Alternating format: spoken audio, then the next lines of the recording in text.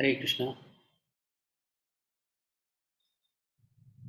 I have great pleasure to welcome all devotees for this edition of Bhagavad Gita as it is, on behalf of ISKCON Chennai and on my personal behalf. So today we are starting the most confidential knowledge. So that means we have come to the pinnacle. We have been seeing this Bhagavad Gita since long, but gradually we have been climbing the ladder. And today we are coming to the pinnacle, the most confidential knowledge. 9th and 10th chapters are considered. You can imagine, like if you see Bhagavad Gita starting from 1 to 18 chapters, 9, 10 are the middle central chapters. Earlier we said from chapter 7 to 12. That is like the contents of a great treasure box. 1 to 6 is the lid, 13 to 18 is the base, and we are now touching the contents. And among the contents, 9th and 10th chapters are even more central. The most precious wealth is there. You can very clearly see why we call it like that. So today we are going to that, the most confidential part of spiritual knowledge, which is contained in Bhagavad Gita, chapter number 9, shloka 1 to 15, we shall be seeing today.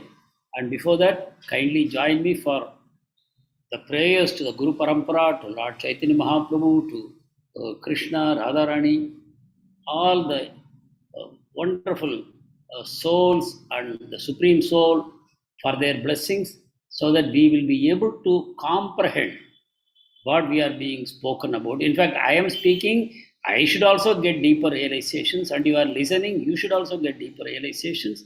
It is all coming from the Paramatma who is seated within my heart and in your heart. So the understanding is going to be given by the Paramatma to the speaker as well as to the listener. So let us all pray together that Krishna, let me understand this most confidential knowledge which you have so mercifully, compassionately spoken for the benefit of the whole of mankind. Let me be able to understand it, deeply appreciate it, and implement it in my life so that I can experience transformation very quickly, and I can develop a taste for you, that I can develop a taste for Krishna, taste for the holy names of Lord Krishna, taste for devotee association, taste for hearing over the Lord, taste for the 9 wonderful processes of bhakti. So that is going to be our prayer, and let us start the prayers now. ॐ अज्ञानतिमिरान्धस्य ज्ञानाञ्जनशलाकया चक्षुरुन्मिलितं येन तस्मै श्रीगुरवे नमः। श्रीचैतन्यमनोभीष्टं स्थापितं येन भूतले स्वयं रूप कदा मह्यं ददाति स्वपदान्तिकम्। वन्देऽहं श्रीगुरो श्रीयुतापदकमलं श्रीगुरून् वैष्णवांश्च श्रीरूपं साग्रजातं सहगणा रघुनाथान्वितं तं सजीवं साद्वैतं सावधूतं परिजनसहितं कृष्णचैतन्यदेवं श्रीराधा कृष्णपादान् सहगणा ललिता श्रीविशाखान्वितांश्च नमो ॐ विष्णुपादाय कृष्णपृष्ठाय भूतले श्रीमते भक्तिवेदान्त स्वामिन्निति नामिने। नमस्ते सारस्वते देवे गौरवाणी प्रचारिणे निर्विशेष शून्यवादी पाश्चात्यदेशतारिणे। हे कृष्णा करुणा सिन्धो दीनबन्धो जगत्पते गोपेश गोपिका कांत श्रीराधाकांत नमोस्तुते। तप्त कांचन गौरांगी श्रीराधे वृंदावनेश्वरी वृषभानुसुते देवी प्रणमामि हरिप्रिये। नीलाचल निवासाय नित्याय परमात्मने बलभद्रा सुभद्राभ्यां श्रीजगन्नाथाय ते नमः। वाञ्छाकल्पतरुभ्यश्च कृपासिन्धुभ्य एव च पतितानां पावनेभ्यो वैष्णवेभ्यो नमो नमः। नमो महावदान्याय कृष्णप्रेमप्रदायते कृष्णाय कृष्णचैतन्य नाम्ने गौरत्विषे नमः। Panchatattvatmakam Krishnam Bhaktarupa Swarupakam Bhaktavataram Bhaktakyam Namami Bhakta Shaktikam Jaya Shri Krishna Chaitanya Prabhu Nityananda Shri Advaita Gadadhara Srivasadi Gaura Bhakta Vrinda Hare Krishna Krishna Krishna Hare Hare Hare Rama Rama Rama Hare Hare Hare Krishna Krishna Krishna Hare Hare Hare Rama Rama Rama Hare Hare Hare Krishna Krishna Krishna Hare Hare Hare Rama Rama Rama Hare Hare सर्वोपनिषदो गावो दोग्धा गोपालनंदनः पार्थो वत्सः सुधीर भोक्ता दुग्धं गीतामृतं महत् मूकं करोति वाचालं पंगुं लंघयते गिरिं यत्कृपा तमहं वन्दे श्रीगुरुं दीनतारिणं परमानन्दमाधवं श्रीचैतन्य ईश्वरं हरि ओम तत्सत्. So now we are entering that for which we have been waiting for such a long time. Actually, whatever we have been seeing so far is just like a preparation for entering into this most confidential part of Bhagavad Gita. You can imagine if Krishna has condensed the essence of all the Upanishads, like all the Upanishads are compared to a cow, and the milk is the complete essence of the cow. That milk is Bhagavad Gita. The contents of all the Upanishads are condensed into the 700 shlokas of Srimad Bhagavad Gita. And if Krishna says, out of all the 700 shlokas, this is the most confidential knowledge, then you can imagine where we are poised right now. We are going to dive right into the depth of this ocean of spiritual knowledge. So Prabhupada says, right from the first chapter of Bhagavad Gita is like an introduction. The second, third chapters are like, where we are introduced to the soul. Arjun, you are not the body, you are a spirit soul. That is the starting point of spiritual life. Without knowing that we are spirit souls, our spiritual life does not start. You can imagine, until we touch the Bhagavad Gita, at least I can speak for myself, even though I had read so many scriptures before, but this point never really affected me that I am actually a spirit soul. This body is a complete nonsense. It's a disturbance. The soul is being covered by this body and it is subjected to so much disturbance. So, first of all, I have to realize that I am a spirit soul. So, that is the content of chapter 2. Of course, chapter 2 is a complete summary of what Bhagavad Gita speaks, but still, most importantly, it is introducing us to the concept of body and soul as two different entities. The soul is what is Sat and body is Asat. Asat means false, temporary, unreal. Soul is the essence. Soul is real. That concept was introduced. So, and in the third chapter, we talk about Karma Yoga. So, that's more like the basics of how to use your body in a proper way so that you can advance. That kind of thing. So, that is confidential knowledge. From there, we came 4, 5, 6. We are seeing Jnana Yoga, Nishkami Karma Yoga, working in Krishna consciousness. Like that, we were gradually shown the various steps of the ladder. Various steps of the ladder that basically lead you to higher and higher jnana. That I have known that I am not the body, I am a spirit soul, but to give you greater and greater understanding of the soul and also how to attain that self-realization. What are the processes for attaining that self-realization? These were the focus of the subsequent chapters. Once we came to chapter 7, 8, there we came to more confidential knowledge because there Krishna started talking about God. What are the energies of God? Who is God? What is superior energy? What is inferior energy?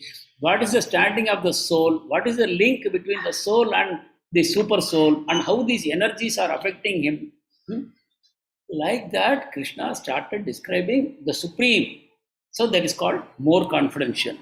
Because in chapter 7 and 8, we clearly got a glimpse of the Supreme Lord. And also in chapter 8, we were told how to attain Him. To attain Him is the goal of our life, the goal of the soul, not this one life. The goal of the soul eternally is to attain that Dham where Krishna lives, which is imperishable, eternal, Aksharam. Aksharam means imperishable, eternal, it's eternal, always existing. So to reach that, so we were told in the 8th chapter that whoever remembers me at the time of death, they attain my nature without any doubt. So Krishna told like that. And he said how there are the lighted path and the smoky path. There are two different paths by which the yogis, when they leave the body, if they go in the path of light, they don't return. If they leave the body in the smoky path, then they go to Chandraloka, they enjoy for a long time heavenly pleasures, and then they return to the material world. So these things were told. So we were very clearly told, coming back to me is the goal. Whoever comes back to me does not return. If somebody goes even up to Brahmaloka, they still come back. Even though Brahma's life is very, very long. Krishna told us that one day of Brahma, that means one daytime of Brahma is 1000 yuga cycles, 1000 Divya yugas, that is one daytime. And similar is the length of the night time of Brahma, that constitutes one full day, a 24-hour day of Brahma. Like that, Brahma will live for 100 years, but still Brahma will die after that. So everybody in Brahmaloka is also subjected to death. So Brahma is not eternal. This is what Brahma told Hiranyakashipu. Hiranyakashipu did a long penance for 60,000 years, at the end of which Brahmadev came and he said, "Oh, my dear child, you have done an amazing tapasya and I am very pleased with you. Please ask me what you want." He says, "I want immortality." So Brahmadeva becomes shy and he says, "I am sorry. I am not authorized to give it because I am myself subjected to death." One who is subject to death, how can award immortality to another person? So Brahmadeva said, "Sorry, I cannot do that." So Krishna is confirming that right up to Brahmaloka. You know, the material universe was created by Brahmadeva. He is called the secondary creator. The material universe was created by Mahavishnu, but within that, the Srishti is done by Brahmadeva. What does he do? He gives appropriate bodies to all the souls, by which they can experience their karma. That is the secondary creation Brahmadeva does. So the Lord says, even up to Brahmaloka, if you go, you still have to return to this world of misery, to this temporary world, which is Dukkhalayam, which is a place of suffering. But if you come back to me, then you don't take rebirth again. Anyone who comes back to me, because they have attained the highest destination, they don't take birth again. So this kind of introduction to the Lord and His various energies, and how the material energy is inferior and how the superior energy is eternal, and the goal of the soul is somehow to enter into that superior energy, all these things were told. Now Krishna is going to give details about himself. Details about himself. That's why it becomes most confidential. Actually, as I was preparing for this chapter, this class, I got a realization. You know, the realization means basically our knowledge deepens. See, we think we know something. We think we know something, and on that basis we are sharing and talking, etc. But when we realize, no, what I thought I knew actually was superficial. It is much deeper, and then it gives you so much happiness, and it's like a new door is opening for you. So this is what will happen to all of us as we go on reading Bhagavad Gita in the association of devotees and Srila Prabhupada. If you keep the book of Prabhupada open, Prabhupada is going to talk to you. So in that sense, you will get deeper and deeper realizations. So the realization what I am talking about is that actually, even though Bhagavad Gita talks about so many things right from the beginning, but the essence is, if you can somehow become focused on Krishna, that you can have a deep faith that Krishna is my goal. And who is Krishna? Krishna is a person. Even though Krishna is Shaktiman, he possesses unlimited energies by which he creates the material world, spiritual world, the demigods, everything. But that is not important for us. What is important for us is to focus on Krishna, the person who has a very sweet personality, the most handsome, the most eligible young man in Vraja, who is loved by every inhabitant there, whether they are birds or animals or men or women, elders, youngsters, even the stones and rivers, the water bodies, the trees, they all are deeply in love with that boy. And in that place, in Goloka, nobody knows that Krishna is God. So ultimately, your understanding is that actually there is no God only. Please don't mistake me. At the highest level, when you reach, you no longer have a God. Huh? The entire spiritual world, Param Brahma, Param Dhama, Pavitram Paramam Bhavan. Arjuna would say, you are the Param Dhama. The entire spiritual world is Krishna only. And within that, Krishna, the person, is also there. So, in that sense, everyone who is within that internal energy of Krishna, they are all very much part of Krishna only. And they have so much love for Krishna in that capacity, either as Dasya or Sakhya, Vatsalya, Madhurya. So they are no longer seeing Krishna as God, and what is more important, Krishna also does not see himself as God. So the very concept of God, it exists only in this material world. The concept of God, generator, operator, destroyer, that concept. He is the maintainer, protector, he is the judge, he punishes the vicious people, he rewards the virtuous people. All these conceptions of God that we have, the vengeful God. If you don't worship me, I will send lightning and thunder and I will destroy your whole city, like that. That fearful God, fearsome God, that concept disappears as you go higher, higher, higher. And ultimately, when you are in Goloka, he is simply no longer God, and even he is not aware. How does that happen? So, all these are higher knowledge. So, let us focus on what Krishna is telling today. He is inviting us to come there. He is inviting us to come there, and that knowledge Krishna is going to impart. So, let us start with the 9.1 shloka. श्रीभगवान् उवाच इदं तु ते गुह्यतमं प्रवक्ष्याम्यनुसूयवे ज्ञानं विज्ञानसहितं यज्ञात्वा मोक्षसे शुभात्. So Krishna is saying, first qualification of Arjuna, you are non-envious of me. So in the early stages, when I would read Bhagavad Gita, I would feel it is very funny. I would think, who can be envious of Krishna? Either people can deny Krishna or they will be devotees of Krishna. How can anybody be envious of God? That is what I thought. But actually, without exception, all of us are envious of God. Because if there is envy in my heart towards anybody, that is envy of Krishna only. If I have envy in my heart towards anyone, that is sufficient proof that I am envious of God, because Krishna is the ultimate repository of all Aishwaryas, all opulences. They are residing in Krishna, and he is manifesting a little bit in here and there with different living entities. Little bit of that Aishwarya, and if that little bit makes us envious, then what to speak about Krishna himself, who is the ultimate repository.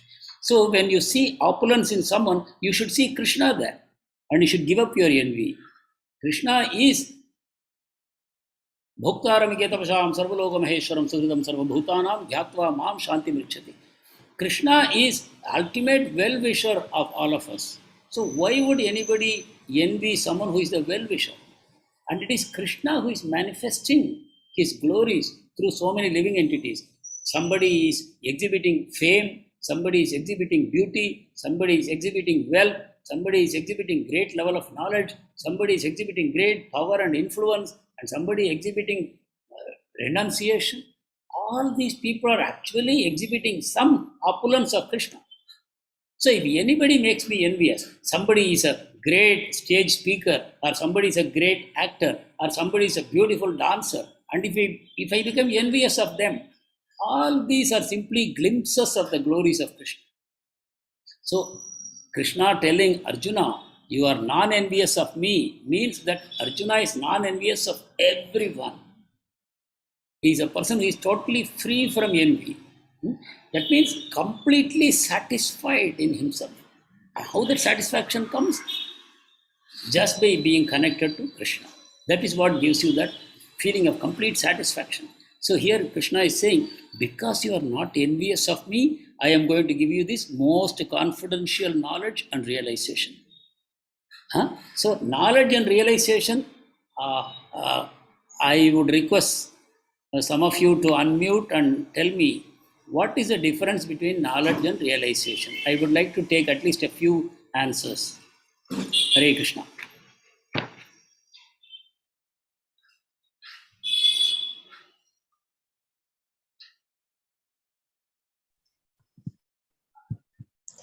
Hare Krishna, Prabhuji, Danvat. Dhanavad Pranam, Prabhu. Knowledge basically, Prabhuji, what we have is understood, and realization what practically we have, basically what we in this material world we have realized. Like, knowledge is what we have in mind, like God is like this or something like that, and what we have met like Prabhuji and all at Supreme Personality, something like that. That realization I can understand. Yes, knowledge. Did you also say what is realization? Realization, Prabhuji, what we experienced. What we have experienced. What we have experienced. Beautiful. Thank you. Yes, Mohan Das Prabhu. According to me, Prabhu Purji, it is knowledge means spiritual knowledge. Yes. That knowledge we acquire from the Bhagavad Gita and Bhagavatam. Right. And to experience it, to act according to that. To act according to that. According to the principles of the knowledge which we have acquired from the Shastras. Beautiful, beautiful. So, to connect what Saurabh Prabhu said and Mohan Das Prabhu said, first you have knowledge. It is like having a road map. To go to Delhi, let us say, Chennai to Delhi, I have a road map. Okay, but to have the road map and to travel on that road, they are two highly different things. When you really travel, you are going to get experience. Till that time, it is only going to be a map in your hand and there is no change that is taking place in you. But as you actually make the journey, then you are going to notice what is on the way, what is coming up, what is in the next mile, what is in the next 100 miles, what you experience. So as you travel, is that the realization is coming to you. So Mohan Das Prabhu very correctly said, when we implement the knowledge, that's when we get the realization. The more we implement, the more realization is going to come. If I am only busy collecting information and think that is knowledge and that is the end of it, I am finished. I am finished because what will happen? My head will become bloated, bigger and bigger. But I will really know. Hare Krishna. Yeah. So that is a point. So actually, realization is the let us say first the knowledge comes to you, and because you have faith, you have some faith in the scripture and in the spiritual master, you accept it. You accept it, or you think you have accepted it. But actually, if you see after you have got this knowledge, whether something has changed in your life, you may find that no, hardly any changes have come. I am still the same person. I am still the same hateful person, envious person, greedy person, lusty person. Even though I have got the knowledge that I am not this body only. And I have believed it also. Yeah, I am not the body, I am a spirit soul, I should become free from this body. But when I observe myself, I feel that all these things, negative qualities are still with me, that I am still operating on the bodily concept of life. Then I know what I have is only knowledge, information. I have not implemented it, and unless I implement, I am not going to get the realization. So Krishna says, I am going to give you the confidential knowledge and realization. Now, how Krishna will give this realization? So you have to, Krishna would say, Tesham evan kampartam aham ajnanajam tamaha nasayami atma bhavasto jnana deepena bhasvata. So Krishna says, not just the knowledge I will give, If I want to give mercy to someone who is completely surrendered to me, what I will do, the darkness in his heart, which is born out of ignorance, tama, it is born out of ignorance. Tesham yavanukam partam aham ajnana jam tamaha. Ajnana jam, it is born out of ignorance. Tamaha, that is that darkness. What I do, I light the lamp of wisdom in their heart, by which they will know everything. So that is realization. When Krishna will light the lamp in our heart, that is realization. So we have to, while we are collecting this knowledge, we have to constantly pray to Krishna, please light this lamp of wisdom in my heart. I really want it. I want to come back to you. I am not interested in anything else. I don't want any of your opulences like name, fame, power, position, wisdom, influence, beauty, renunciation. I am not after your opulences, Krishna. I want you. That focus, if we have, then Krishna will light the lamp of wisdom in our heart. If Krishna is satisfied that we are anya abhilashita sunyam, we have no other desires in our heart, we have only desire for Krishna, then Krishna will light that lamp of wisdom. But till that time, we have to go on endeavoring. We have to go on endeavoring, implementing this knowledge in our life. So what is the implementation of this knowledge? Navavida Bhakti. We have to start doing Bhakti to Krishna. By following Shravanam, Kirtanam, Vishnu Smaranam, like that. We have to follow the processes of Bhakti, and then the deeper and deeper and deeper realization comes. That means the glow of the lamp that Krishna is lighting, that glow will be felt more and more and more. And that is when we can say we are truly realized. So actually, we are starting with Shraddha, but the Shraddha will go on deepening, deepening, deepening until you come to the stage of Bhava and Prema. At that stage, it is not called Shraddha anymore because it is complete knowledge. You can very clearly understand the difference between what is faith and what is knowing, is it not? Faith means I have not experienced it, but I believe it is true. That is faith. This faith can be superficial or it can go on deepening, deepening, deepening. At some point of time, when Krishna reveals in your heart, then it is no longer called faith. It is called knowledge. But actually, knowledge and faith are simply the same faith. When it becomes perfectly manifest, that is called knowledge. So in that sense, Krishna is guaranteeing to Arjuna, it will free you from the miseries of material existence. That means you will become transcendental. You will go beyond material existence. You will enter into transcendental existence of the Lord. So all material sufferings will go away for you.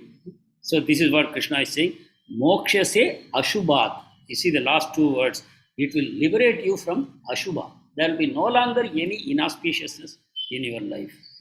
So that is, this is possible only by staying in the devotee association. I cannot overemphasize this point. We have to always remain in the association of devotees. Otherwise, this will not be available to us. Whatever we are talking about, it will not come to us. We have to be in devotee association. If for some unfortunate reason I don't have devotee association where I am, then please take the association of Srila Prabhupada. Prabhupada's book gives you association. Prabhupada speaks to you through that book. So that is the way to have association. But simultaneously, we have to pray that I want association so that I can really make progress. So, second shloka, Krishna gives a description of what it is, what bhakti is. Rajavidya Rajaguhyam Pavitram Idam Uttamam Pratyaksha Avagamam Dharmyam Susukam Kartum Avyayam. So I have broken up all these things here. It's a king of education, Rajavidya. Rajaguhyam, most secret of all secrets. Pavitram, it's the purest knowledge. There is no contamination here. Why contamination is not there? Because contamination means three gunas only. The moment we talk about contamination, it is the three gunas. Anything that arises from the contamination of the three gunas, that is called ignorance. Ignorance at three levels. Tamogun means deepest ignorance, Rajogun means less, Sattvagun means even less. But they are all ignorance only. Purest knowledge means it is beyond the Sattva guna also. That is called purest knowledge. and king of education, because this is education about the Supreme Lord. Not only about Supreme Lord, about how to approach Supreme Lord. Kevala Bhakti. You remember in the previous class we talked about Kevala Bhakti. Kevala Bhakti means Bhakti alone. If somebody is doing karma or karma yoga, jnana yoga, ashtanga yoga, but if they don't mix bhakti with that, they won't get their goal. They have inferior goal, but even that inferior goal, in order to get it, they must mix some bhakti in karma yoga, jnana yoga, ashtanga yoga. Without mixing bhakti, bhakti means to Lord Krishna. If they don't do, their goals will not be realized, they will be frustrated, their hopes will be dashed. At the same time, if somebody is doing bhakti and this bhakta wants to mix some karma or jnana or ashtanga yoga in that, he will get inferior results. If a bhakta is trying to mix some jnana or karma or yoga in his process, he will dilute his bhakti and he will get inferior results. Bhakti is the highest, and bhakti should not be mixed with anything. Jnana karmadi anavritam. The bhakti should be kevala, only pure bhakti should be done. If I try to mix other things, that means I have other desires in my heart. Or I am underestimating the power of bhakti, thinking, no, pure bhakti is sentiment, I want to mix some jnana in that. Then Krishna will deny you. Because Krishna is most favorable towards his bhaktas, Bhakta Vatsal. Pure bhakti towards Krishna, the desire to serve Krishna, the desire to love Krishna. That is what Krishna is looking for in us.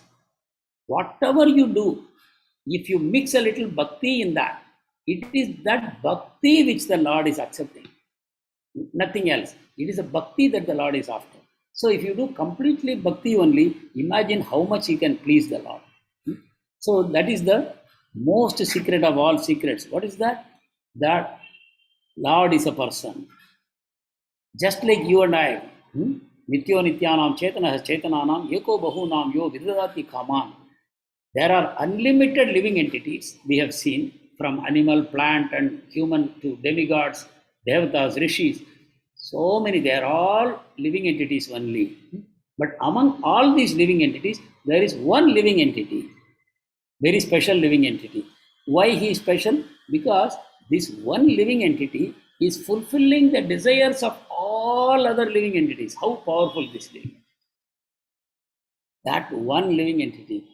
Yo vidadati kaman. All the desires of all the living entities he fulfills. So that is the knowledge of the Supreme Lord as person. That is the most secret of all secrets. This is the highest secret. Secret means, it does not mean that the Lord wants to hide it. It is a secret because people don't show enthusiasm, interest, faith in this. Unless people have the necessary qualities, qualifications, they don't show interest in bhakti. They will show interest in maybe karma or jnana or yoga, but they won't have interest in bhakti towards the Supreme Lord as a person. That is why it remains as top secret, only accessible to bhaktas, not for others. Not because the Lord is hiding or covering, but only because people look away. They think, oh, this is not for me. I want to do jnana, which is much superior like that.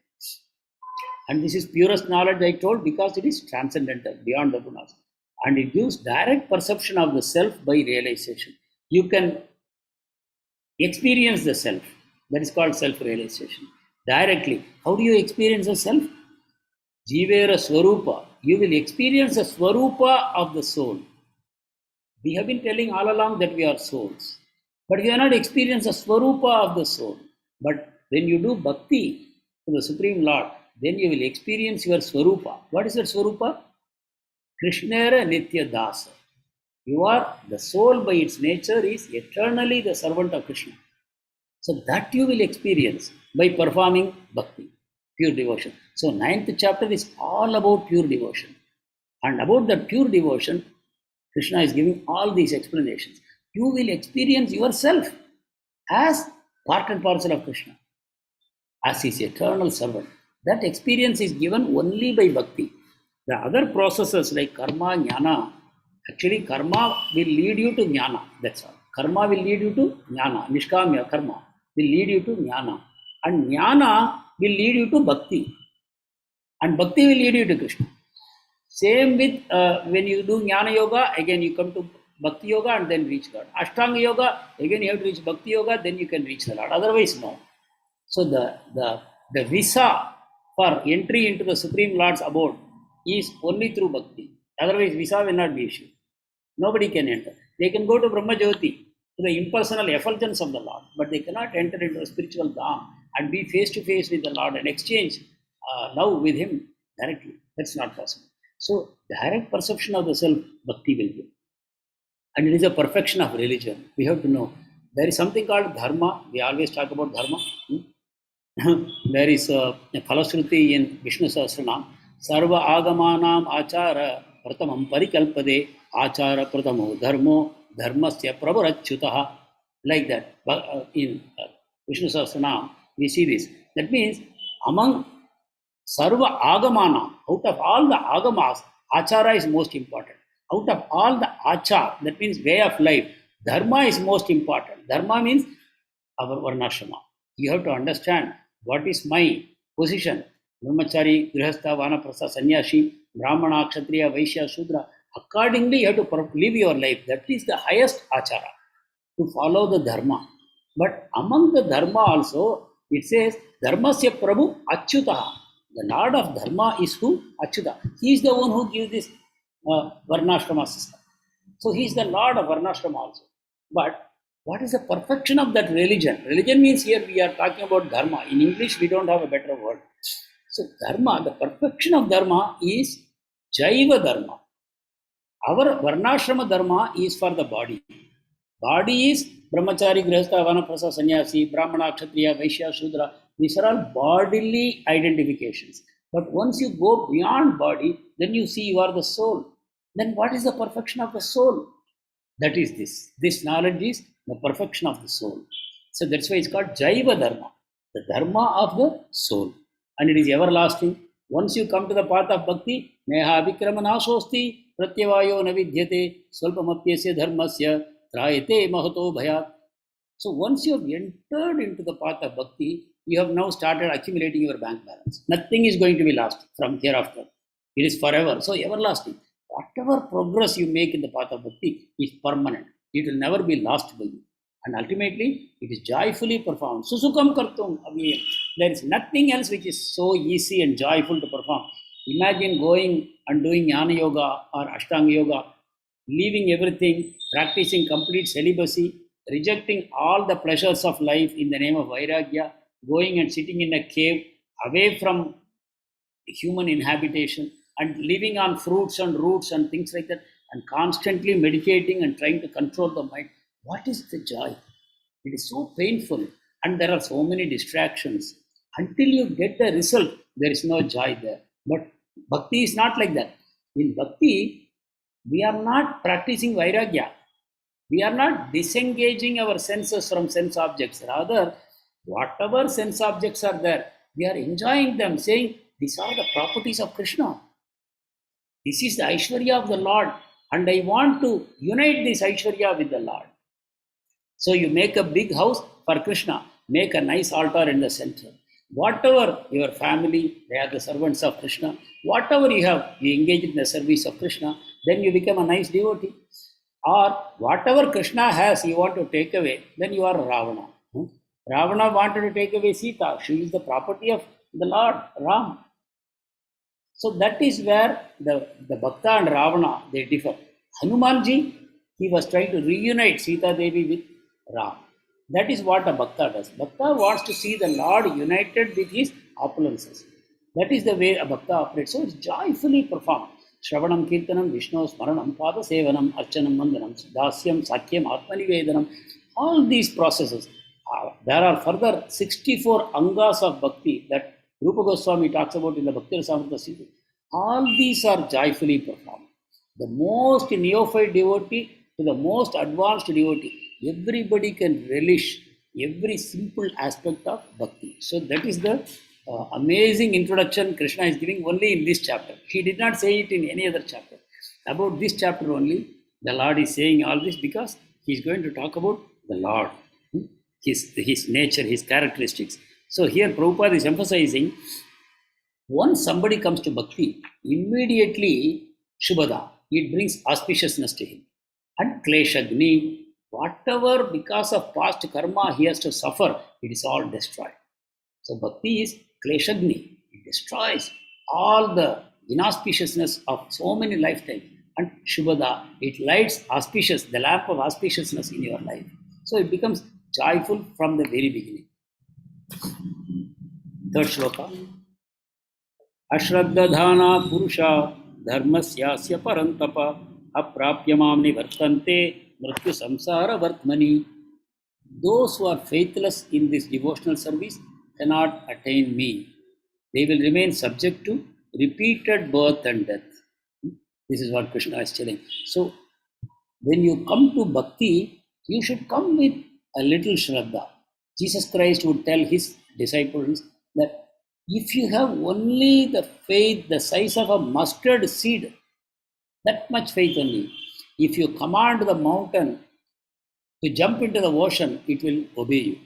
This is what Jesus did. So that is the power of faith.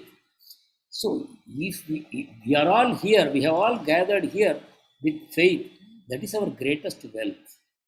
Faith is the greatest wealth. Now we have to go on strengthening it. How is it possible?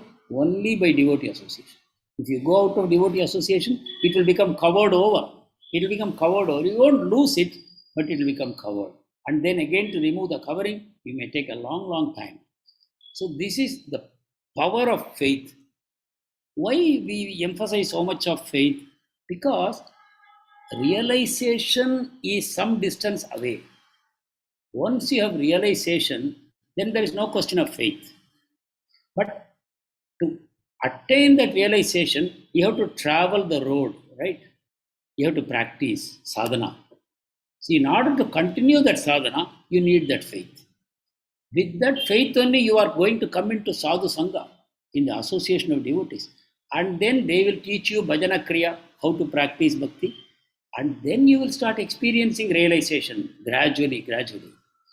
So for that purpose, to bring you into devotee association and to encourage you to practice the process of bhakti, you need that mustard size faith.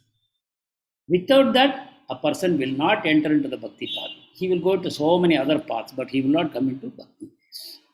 That faith that the Supreme Lord is a person, Supreme Personality of Godhead, that faith is what is needed. Then only we can enter into devotional service. Otherwise, it is not possible. And what will happen to such a person?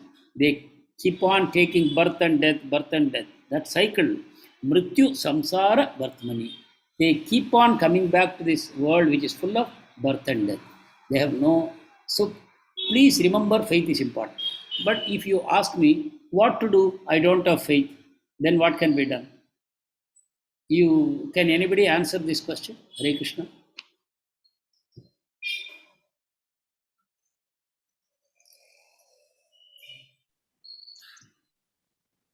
Yes, Mohandas Prabhu. Simply chanting, begin to chant the holy name of Lord Krishna will gradually give faith little by little by little. Therefore, no qualification is required. Even a dog eater can start chanting the holy name of Hare Krishna, Hare Krishna. Very well. Thank you. Dandavat Pranam. Prem Bhakti Mataji.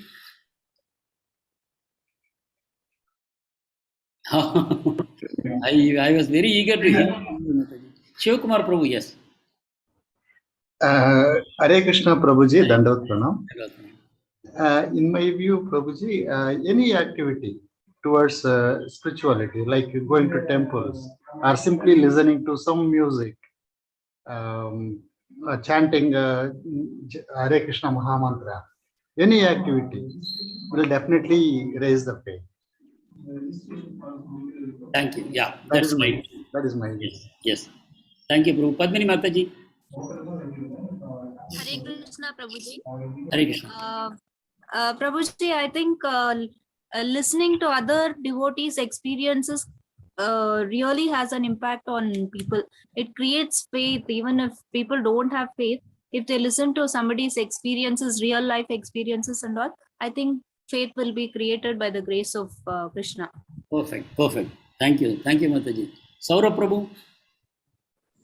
Hare Krishna, Prabhuji. Prabhuji, if we see in this material world, we are getting fruits, everything, like from where they are coming, who is sending them for us, how we are living, or all these things. Like if we need, with seed, you need rain. So this all is God is providing. Then it will increase the faith if we see all these things. Like we are with all these things, the necessities which we need in our world, in this material world.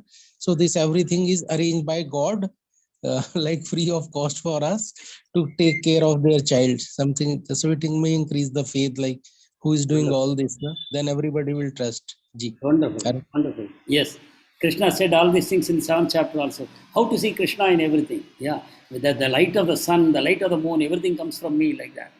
So, very right. I think all of you answered very nicely. Prem Bhakti Mataji, yes, thank you. Please. Hare Krishna, Prabhu. By associating with devotees, we develop our faith. Yes.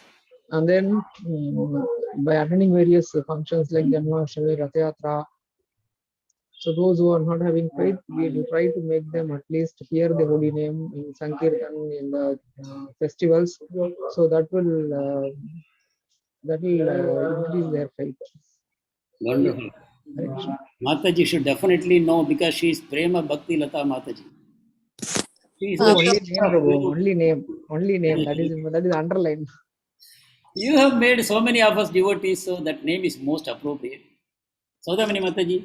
Yeah, Prabhuji, Krishna says somewhere that 4 people, have faith in me.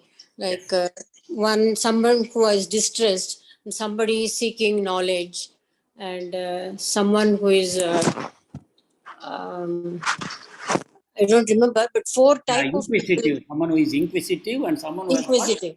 true knowledge. All 4 types of people. But please don't think that Krishna is saying anyone who is having suffering will come to me. No. Krishna is glorifying those who, when they experience suffering, they turn to him. He is glorifying. Not everybody will turn to Krishna. Krishna is glorifying those people. Those who When they have experience faith. suffering, they turn to Krishna. Or when they have material desires, they turn towards Krishna. They are not thinking that let me go beg, borrow and steal, or let me do some work and let me earn money. They are not looking like that. They are turning to Krishna. So Krishna is glorifying them as Udhara. He says, oh, they are magnanimous people. They come to me like that. Krishna is waiting for us to turn. Yeah, thank you. I think all the answers are perfect. But now I want to just add one little masala to this. See, bhakti is some very, very unique thing. It's something very special. Just as we talked about Krishna, the Bhagavan, he is unique. There is no asama urdhva. There is nothing equal to him, no one equal to him or greater than him. He is the highest. He is the highest. That is Bhagavan. And same way, the process of bhakti, which is connecting the soul directly to Krishna, that is also special. Just as Krishna is independent, the process of bhakti is also independent. Independent means no external thing can influence them.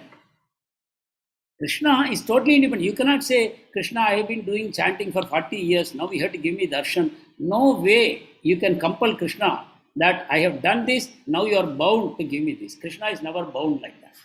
So that is the quality of the Lord. We are all bound by karma. We are all bound by gunas. We are all bound by our past actions. We are bound by desires. But Krishna is totally unbound. That is what makes him independent. Similarly, bhakti is also independent. And what is bhakti? The starting is Shraddha. Adau Shraddha, then Sadhu Sangha, Bhajana Kriya. So Shraddha is starting point of bhakti. So how does that Shraddha come? We are talking about how that faith will come. I don't have faith. How I can do bhakti?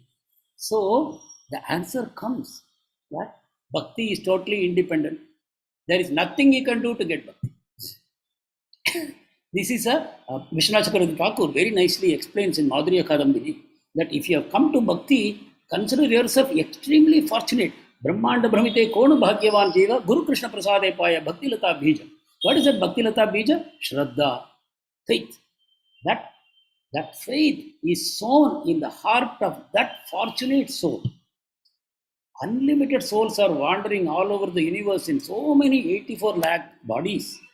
But out of that, one, by the mercy of Guru and Krishna, get that seed of faith sown in their heart.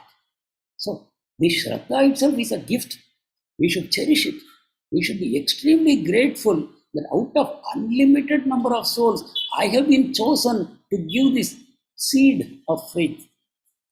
And please remember, this seed of faith can be given only by Guru and Krishna. Nobody else can do. Only a devotee, only a bhakta can give you this. Nobody else can give you this. But why somebody gets and somebody does not get? It will become a long discussion. I won't enter into this here. Madhurya Kadambini of Vishwanath Chakravarti Thakur explains in such intimate detail how this happens. How somebody gets Shraddha, the seed sown into them, how somebody gets it. It's amazing discussion. So, suffice to say, there is something called Bhakti Shukruti. We have to accumulate that Bhakti Shukruti. What is that? Knowingly or unknowingly, we have to do some service to Bhakta, either to the Lord or to a devotee. Some kind of a transcendental service we have to do. And that becomes knowingly or unknowingly. Knowingly or unknowingly. Like somebody was fighting with his wife, and so he fasted one whole day, and that day happened to be Ekadashi day. So he got Sukruti, like that. So Bhakti Sukruti, there are other Sukrutis that can lead to Punya, but Bhakti Sukruti alone can lead to Bhakti. So please understand, Bhakti is completely independent, and we should pray to the Lord, pray to the Guru, pray to the devotees, please give me faith, please give me faith. That should be our prayer. If I don't have sufficient faith, I have to pray that please give me more and more faith. So that will also come only by the process of bhakti. There is no other way. Supposing you think I can do a lot of charity and I can get faith. No, not possible. Supposing I do a lot of tapasya and I can get faith. No, guaranteed you won't get. Ashtanga yoga, through that I will get bhakti. No, not possible. So bhakti can come only from bhakti. And further you need the Bhakti Shukruti, that means the mercy of devotees only by that process. Bhakti. So please, I am emphasizing this only to make you all appreciate how fortunate we are. And how did we get this fortune? By the mercy of one Srila Prabhupada, who went at the age of 70 out of India all the way to America to start this movement called ISKCON in New York, 1966. So that is what has made the lives of unlimited, unfortunate people, their life has become fortunate. We will go to the fourth sloka. 4 and 5 together. Maya tatamidam sarvam jagad avyakta murtina matstani sarva bhutani nachaham teshu avastitaha nachamastani bhutani pashyame yoga maishwaram bhuta brunnacha bhutasto mamatma bhuta bhavanaha. Krishna is tantalizing Arjuna by describing his amazing, inconceivable qualities. So he's putting it in such a nice poetry form. Krishna is telling, see, I will read from here. In the fourth sloka, Krishna would say, in my unmanifest form, the entire universe is pervaded. In my unmanifested form, I am pervading the entire universe. So you can imagine, whatever you see around you, it is filled with Krishna. Anything you see around you, including your own body, everything is filled with Krishna.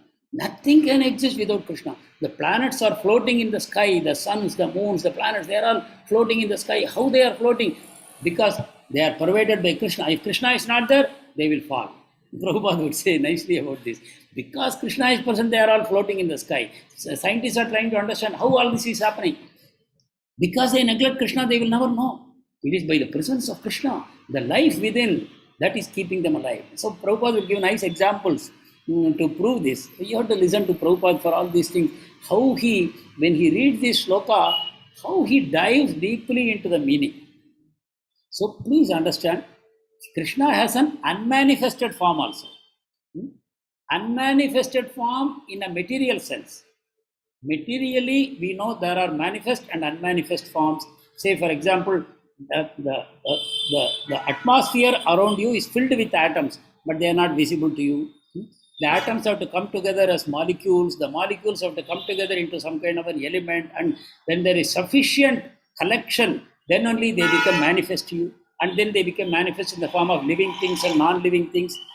They exist for some time, then they become unmanifest after some time. The man dies, the body is burnt, buried, it becomes unmanifest. So this manifest, unmanifest, whatever, that is all pervaded by Krishna in his unmanifested form, the entire universe. Then Krishna says, all beings are in me, but I am not in them.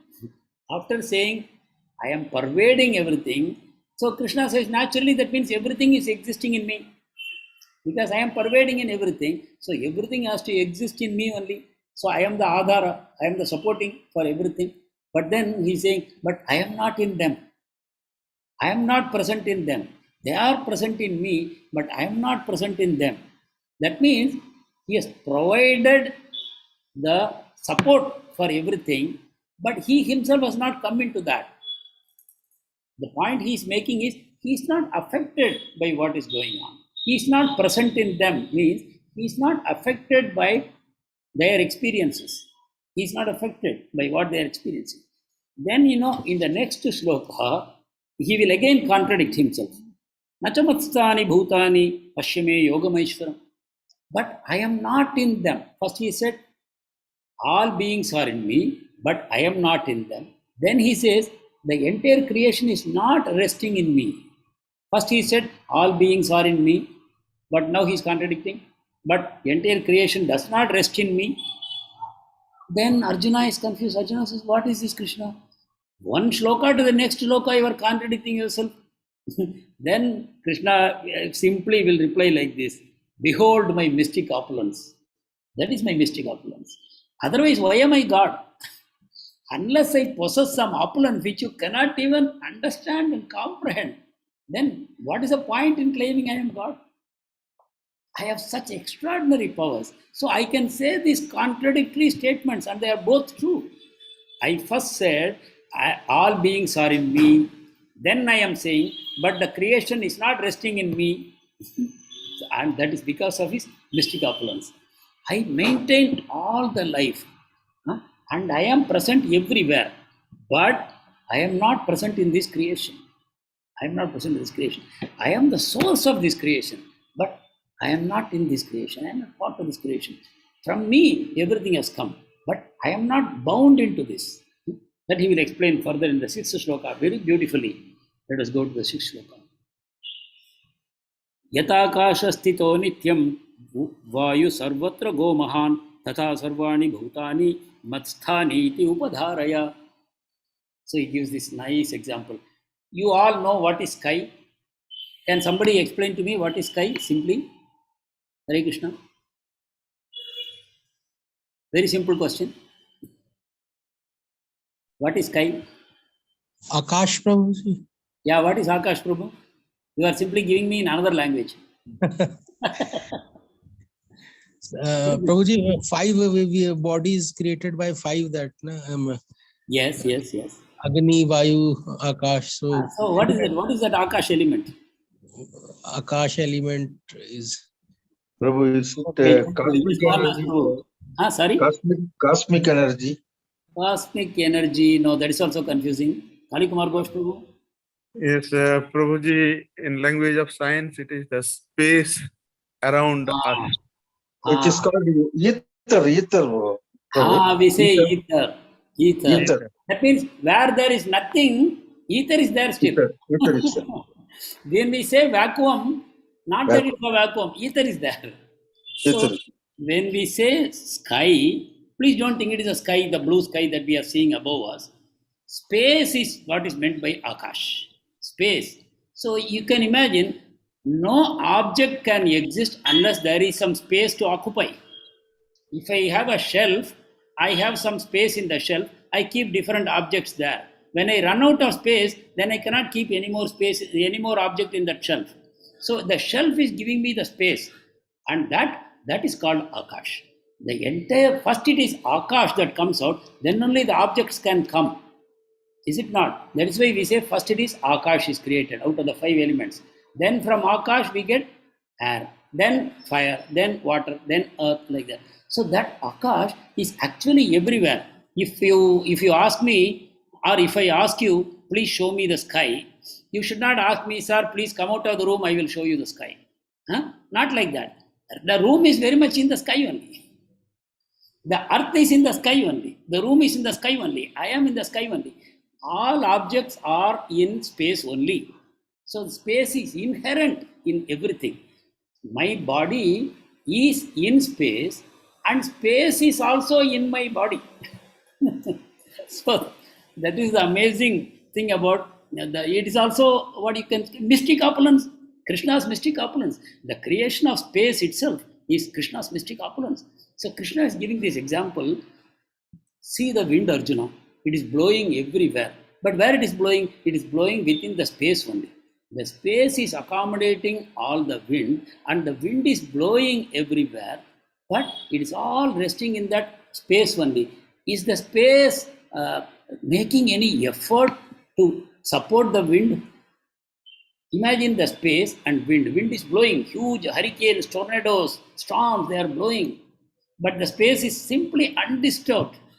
You try to put both the concepts in your mind, space and wind, huge storms. But what is happening to the space? Everything is happening inside the space, but the space is simply there, peacefully existing. So Krishna says, that is how everything is resting in me, Arjuna. All creation. You would have seen the picture of Atlas. Atlas carrying the globe in his shoulder. With great strain, he is bending his elbow, he is bending his knees and trying to support the globe on his shoulder. That Atlas, the picture of Atlas we have seen. But Prabhupada explains, it's not like that. The Lord is not straining to support creation. Rather, Lord says, I am not even present here.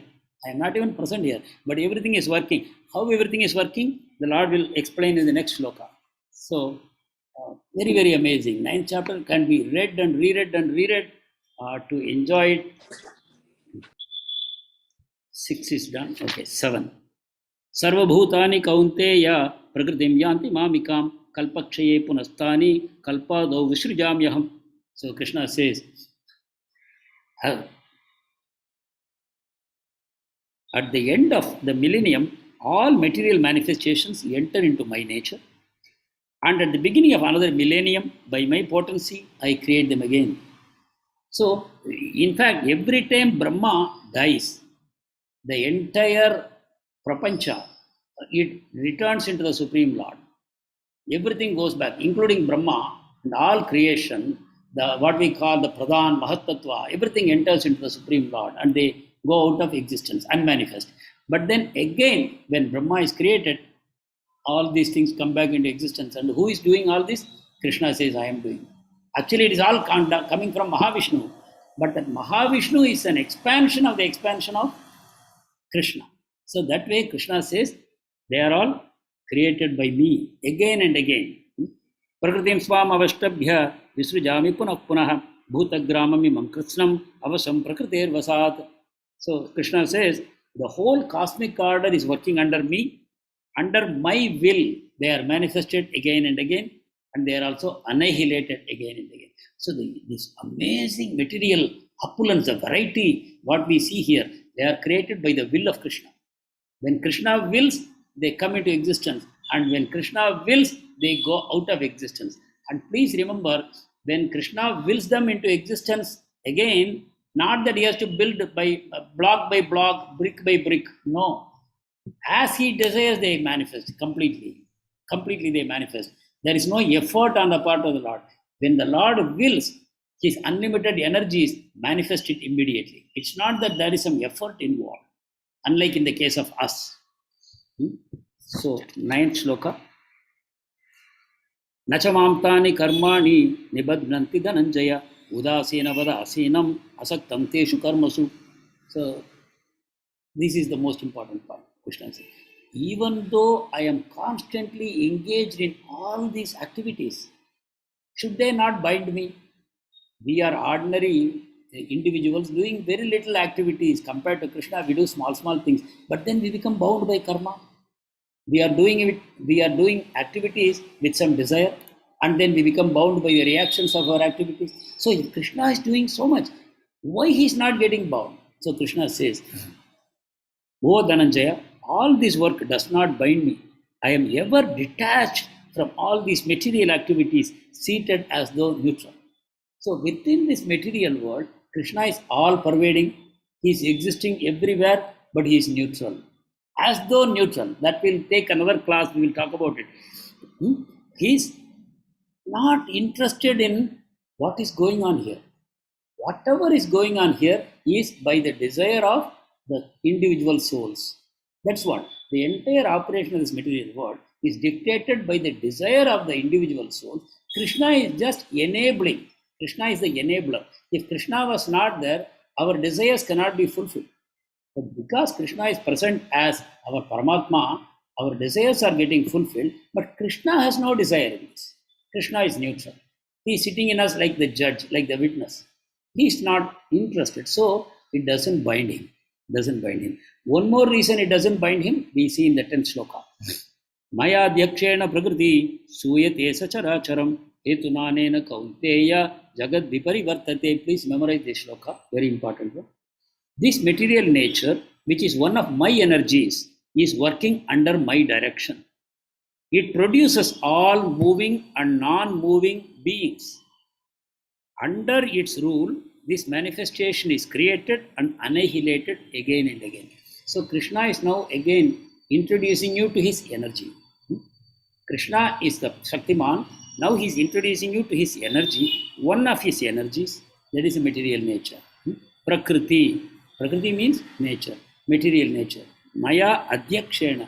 Under my supervision, under my direction, this material nature is creating everything. And under my rule, it is creating and annihilating as per my order. Not even one leaf or a blade of grass can move without permission of Krishna. The wind is blowing out of fear for Krishna. The sun is rising and setting and traveling on its path out of fear for Krishna. This is what the scriptures explain. So Krishna says, material energy is doing everything. Krishna is not doing. The entire material world, it is operated by one of the energies of Krishna. Krishna is not personally present here. So that is the point Krishna is making. Even though Krishna is pervading everything through his energy, but Krishna is not personally present. That's why he said, Pashime Yogamaishwaram. Look at this mystic opulence of mind, Arjuna. So that, as a devotee, we become thrilled. Oh, my Lord is so powerful. Oh, my Lord is so wonderful. What all things he can do, what he cannot do. Like that one story, two of our devotees enacted this drama very nicely some time back.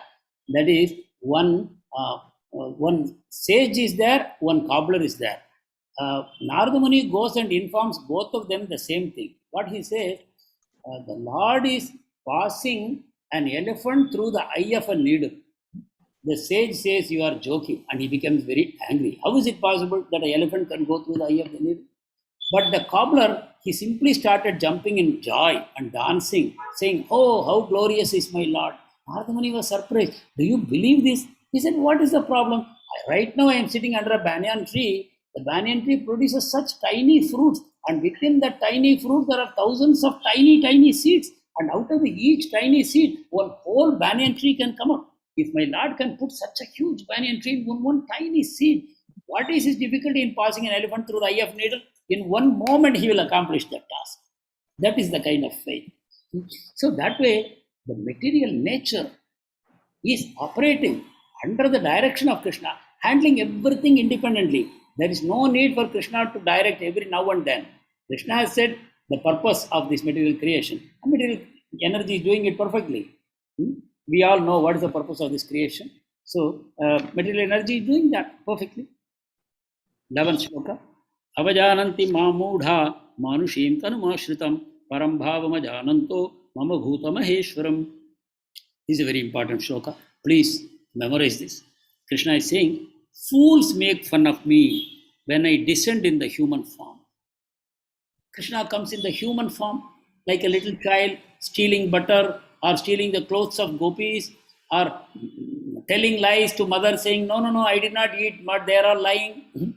He is doing all kinds of things, and they think he is only a human. If something has a form, it is only a material form. That is what the mudhas think. Mudha, fools. The foolish people, when they see a human-like form of Krishna, see, human-like form, it's not human form. Human-like form, it's not a human form. It's not like the blood vessels, the bones, the pus, the urine, the stool, all that is present in our body. They are not present in the body of Krishna. His body is completely Satchitananda Vigraha. It appears to grow like our body grows. Yeah? He takes birth as a little baby and then he grows up and he does everything like a human being. Like a human being. But he's not a human being. But foolish people think if anything has a form, it is a material form only. They say Brahman is the absolute truth and it has no form, it has no qualities, it has no Ananda also. It is only Brahma. Brahman is simply existence, that's all. It has no qualities. So they deny that Krishna is the Supreme Lord. They say Brahman has taken the form, a material form of Krishna, and then Krishna will die and Brahman will become Brahman again. So Krishna says they don't know that I am a transcendental, Supreme Lord of all. So Krishna is warning that it is the Mudas who will not accept the transcendental form of the Lord. They will think all form as material only. And transcendental means no form. They cannot imagine a transcendental form. Satchitananda Vigraha. The fools cannot imagine. So that is what distinguishes the fools from the devotees. Devotees know, oh, my God has got mystic opulence. He has got transcendental form. He has got transcendental qualities. He has got transcendental names. He has got transcendental pastimes. From a devotee's point of view, it's not at all difficult to accept and understand and appreciate and glorify and dance and sing about it. But for fools, they will not go beyond the formless Brahman. That's all. Their ultimate goal is to become formless. That's all. So this shloka is very, very important. We should memorize. 12th shloka. Mogasha moga karmano moga jnana vichedasha rakshasamaasurim chaiva prakritim mohinim shritaha. Those who are thus bewildered are attracted by demonic and atheistic views. So those who refuse to accept Krishna as transcendental form, as the supreme personality of Godhead, they are bewildered people. And what will happen? They will be attracted to demonic and atheistic views. What is demonic view? You are God, I am God, and there is no God. Ultimately, everything is nothing.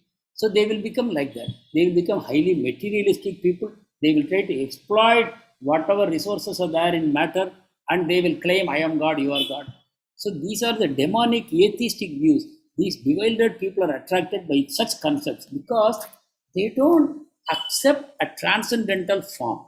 Unless you accept a transcendental form, bhakti is not possible. Through bhakti, we want to go beyond matter, beyond Brahma Jyoti, and we want to enter into the spiritual planets. Spiritual planets where the Supreme Lord is present along with his most intimate devotees and associates. That is where a devotee wants to go. So these bewildered people, because of their demoniac and atheistic views, whatever hope they have, either for mukti or to get the bhukti means material enjoyment, or jnana. So either they are working to enjoy matter, or they are working towards mukti, or they are trying to cultivate jnana.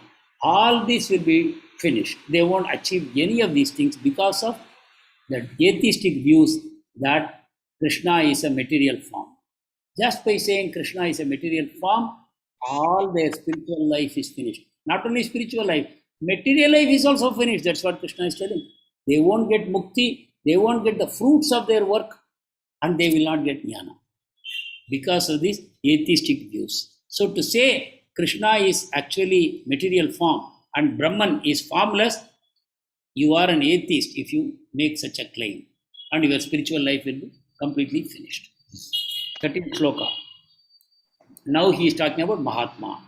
Earlier he spoke about Duratma, Mogasa, Moga Karmano, Rakshasim, Asurim. He spoke like that. Now he is talking about Mahatmas. Mahatmanastu Mampartha Daivim Prakriti Mashritaha Bhajanti Ananya Manaso Nyatva Bhutadi Mavyayam. O son of Pritha, those who are not thus deluded, those who understand that God has a transcendental form beyond the gunas, beyond matter, which is imperishable, eternal, aksharam, such people, they are the great souls, Mahatma. So now you know what is a Mahatma? Who is a Mahatma? Mahatma is one who accepts the transcendental form of the Lord. Only such a person is Mahatma. He wants to serve the transcendental form of the Lord in this material world or after leaving this material world. He wants to serve the Supreme Lord, and only he is called Mahatma. So Prabhupada says, Mahatma is not somebody that you rubber stamp. Many of us, at one point of time, we were shocked. Why Prabhupada is criticizing Gandhi? But actually, Prabhupada was a strong follower of Gandhi before he met his spiritual master. Actually, Prabhupada, way back in the 1920s, Prabhupada passed BA in the reputed Scottish Church College in Calcutta. He completed his BA. His degree was issued and they said, come and collect it. But he did not go because of Gandhi's non-cooperation movement. He said, I will not collect my degree. So he never collected his degree, BA degree. With that degree, he would have got nice jobs and made a good life for himself. But he did not take. So he was greatly respecting Gandhi. But then when he met his spiritual master and he really understood what is Mahatma, then he realized Gandhi is on the wrong track. And even after independence, Srila Prabhupada wrote to Mahatma Gandhi, please, your goal was to get freedom for India. You have already achieved it. Now the politicians are not listening to you. This happened in the late 1947. Prabhupada wrote that these politicians are not interested in listening to you. But the whole people are respecting you. So now it is time. You speak so much about Gita. Now it is time for you to learn and preach Gita. Please preach spirituality to the people. Otherwise, you may get shot. This is a letter that Prabhupada wrote to Mahatma Gandhi. So here Prabhupada is writing, Mahatma is not by rubber stamping that the political establishment in those days made Mahatma Gandhi rubber stamp. Okay, he is Mahatma. Not like that. A political establishment cannot certify somebody as Mahatma. So who is a Mahatma? Krishna is telling. Those who are not deluded, they are in the protection of divine nature. Daivim Prakritim Ashritaha. The internal energy of Krishna, they take shelter of that. What is internal energy of Krishna? Bhakti. Bhakti is the internal energy of Krishna. So they have taken shelter of Bhakti and they don't see Krishna as a human form. They see Krishna as a transcendental form. So what do? They engage in devotional service constantly, knowing Krishna as the original person and inexhaustible, Avyayam. They are the Mahatmas. So please understand, the true devotees are the Mahatmas. No one else is Mahatma. By the words of Krishna. 14th shloka. Satatam kirta yanto mam. What do they do, these devotees? Satatam kirta yanto mam yatantascha dridavratah namasyantascha mam bhaktya nitya yukta upasate.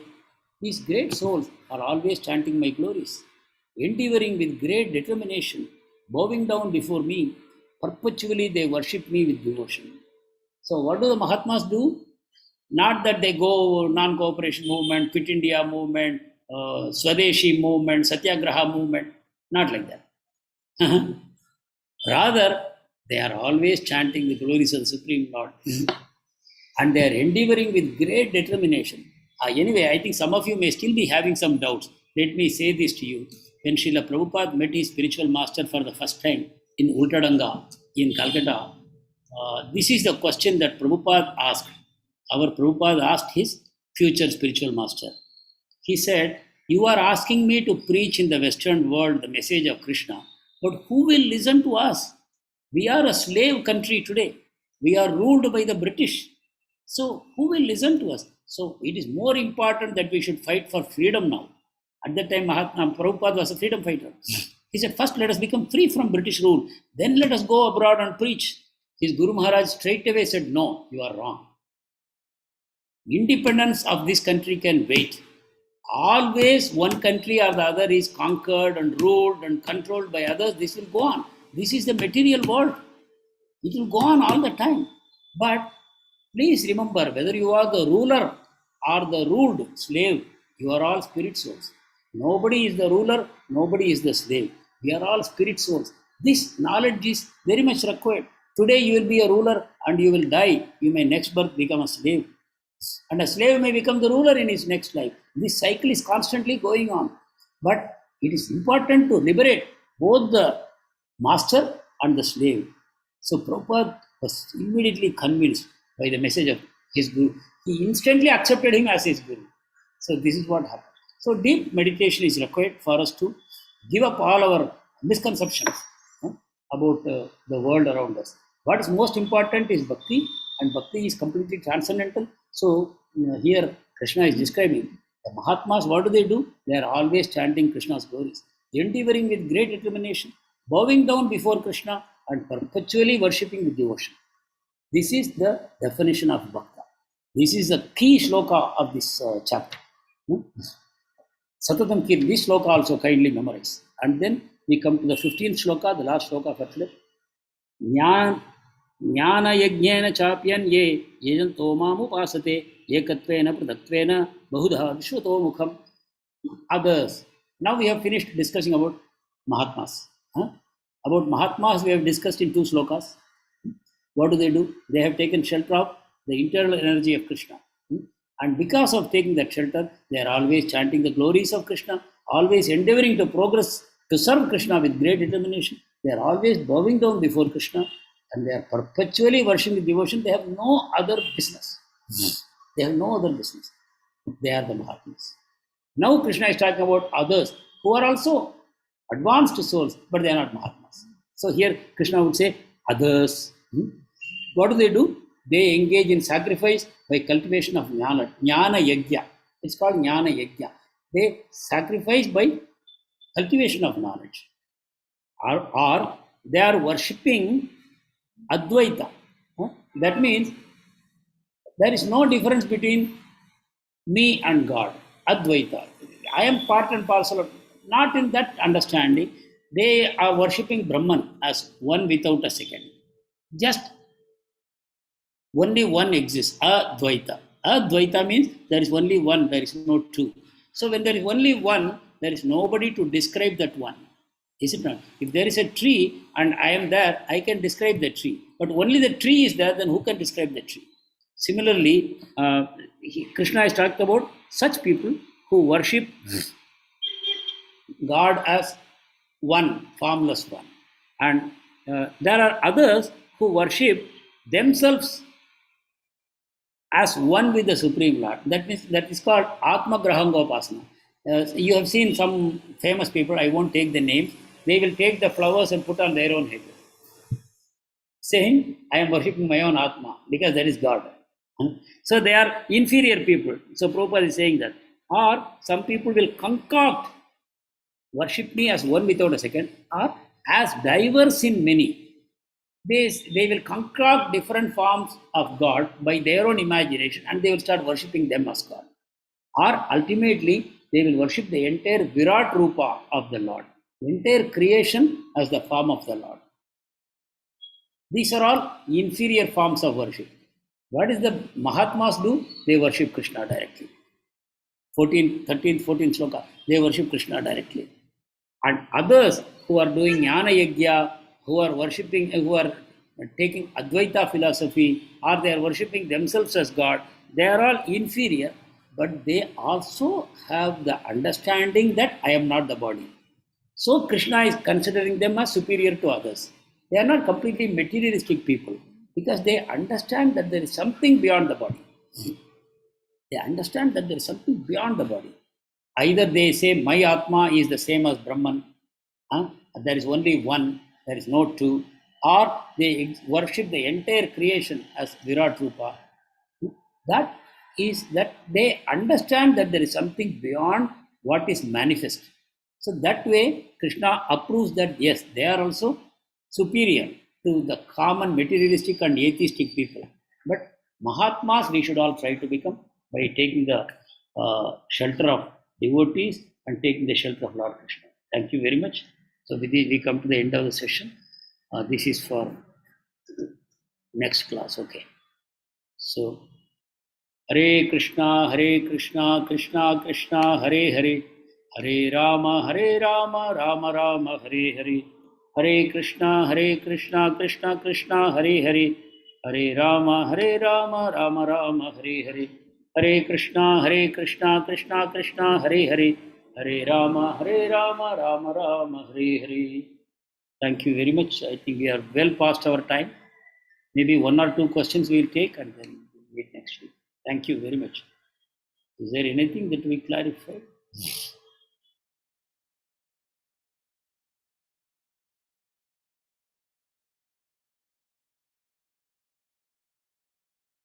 Yeah, Premitrita Mataji is writing that knowledge is theoretical and realization is practical. Yes, that means if you just collect the information and keep it in the head, it is theoretical. But if you start practicing it, that knowledge starts slowly descending from head to heart. When it comes to heart, it is called realization.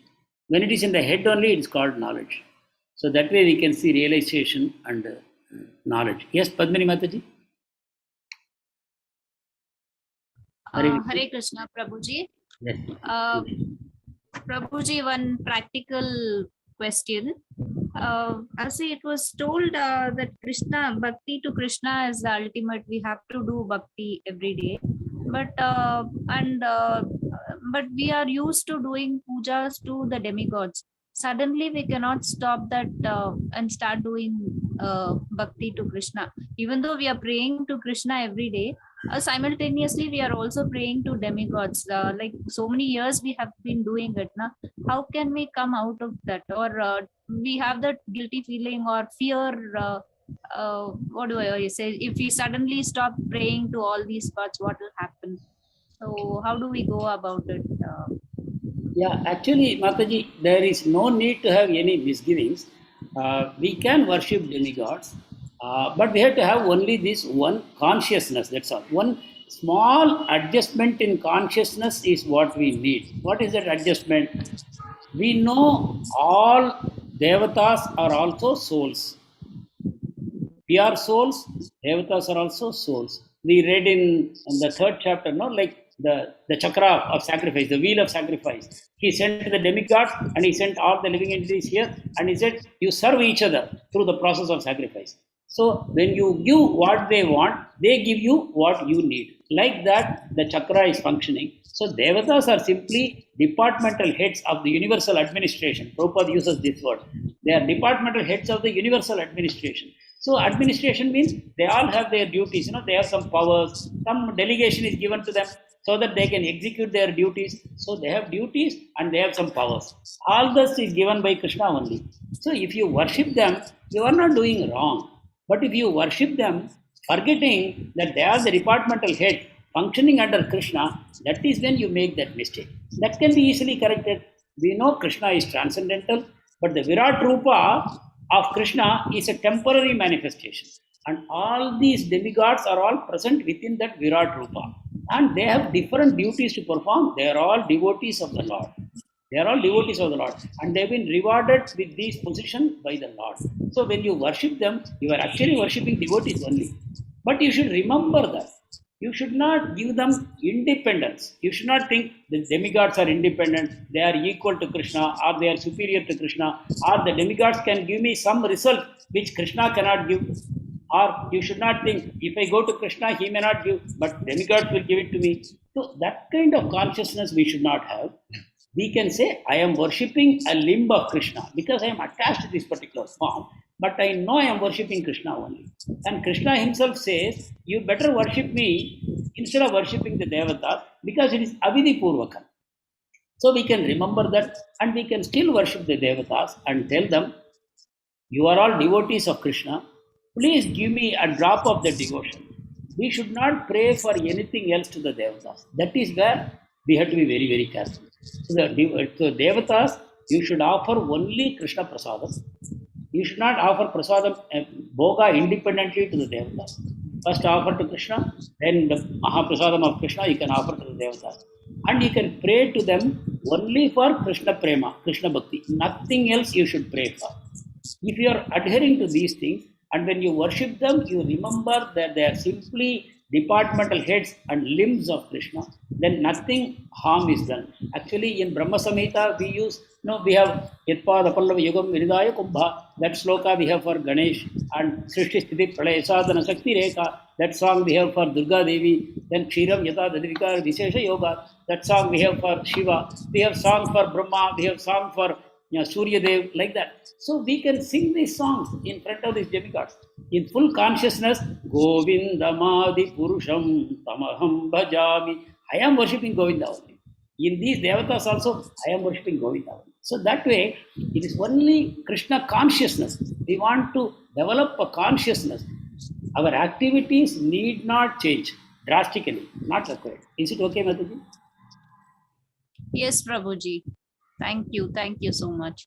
Hare Krishna, Prabhuji. Hare Krishna, Mataji. Yes. Yeah, I have one question about the souls who don't come on the path of Krishna consciousness. What happens to them? How do they evolve? I mean, they will keep on falling and they will keep on going into an even lower birth. So how do they come out of this whole cycle? Tell me. I have answered this question today. Let me see how much. Like Krishna's blessing only. I mean, he has created the whole thing like this, and it goes on and on and on. I understand that, but it is a little sad to look at those souls because Krishna doesn't give his blessings to them. It is his leela, his play, his creation. Krishna is giving his blessings to everyone all the time. But they will never look at him, and he will not help him come on so the path. what can be done? If they are not taking, what can be done? Like the rain is falling everywhere, but if you are keeping the bucket upside down, what water you will collect? So that is all. They won't collect it. I mean, they will keep on falling. That is, but it's sometimes very sad, when you see somebody else suffering and you cannot help that person come on the right path. When you understand that, okay, they are born with their own karma and faith and No. So Mataji, now you can very well appreciate the role of devotees. The role of devotees. Prabhuji, there are so many souls. There are unlimited 7.8 billion only humans, and then there are other creatures, animals, plants. I mean, it becomes beyond our imagination. I mean, it's so much beyond the normal calculation. I mean, we as devotees, we might just extend to certain level. I mean, I understand that the way it has progressed, the whole Krishna consciousness in the world is phenomenal. But still, in spite of that, if it might be the rarest of rare soul, I mean, out of 7.8 billion people, I think only 1 billion might even know about Krishna or be in the consciousness. What the rest are going to be the way they are. Thank you. You bring to my mind Chaitanya Charitamrita only. When you ask this question, I am remembering Vasudeva Datta. But anyway, Prem Bhakti Mataji wants to answer your question. Mataji, please go ahead. Hare Krishna, very nice question, Mataji. This shows how much compassion you have. So you are the right fit, for the devotee. You are the actual devotee because you are worrying about other souls. So it's really a very wonderful question. Actually, there is one small story that will clear your doubt. See, there is one barber. Okay, one man gone to the barber to shave. So the barber, he just picked up the general topic, that is, I don't believe in God, like that. Because generally, this is a very common topic. Anyone can talk anything about God. Whereas whatever subject they learn, they talk about that only. Whereas other subjects they won't speak. If an engineering student, he will not speak about medical because he'll definitely say that I don't know about it. Like that, a doctor, he'll not speak about any engineering drawings. Whereas when you come to the topic of God, even a layman, even can say anything. So the society is like that, we can't help. So this barber, he started talking to this customer that there is no God. So then the customer, he didn't answer anything, he just kept quiet. And then after he completes his job, he went out. And there was a man in the road. He is having a big beard and lots of hair, as if no, he didn't shave for years together.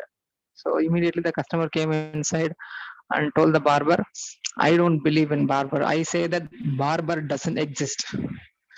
So now the barber has to refute this statement, and he's telling, "Arey Baba, you just came here. I did everything for you. I am very much existing. How can you say that I'm not existing?" Then the customer said, "If barber is existing, of course, I just missed out one point when they were discussing about God. The barber was telling that if God is there, if God is existing, then there cannot be any soul who is suffering. No, there cannot be any person who is suffering in this world."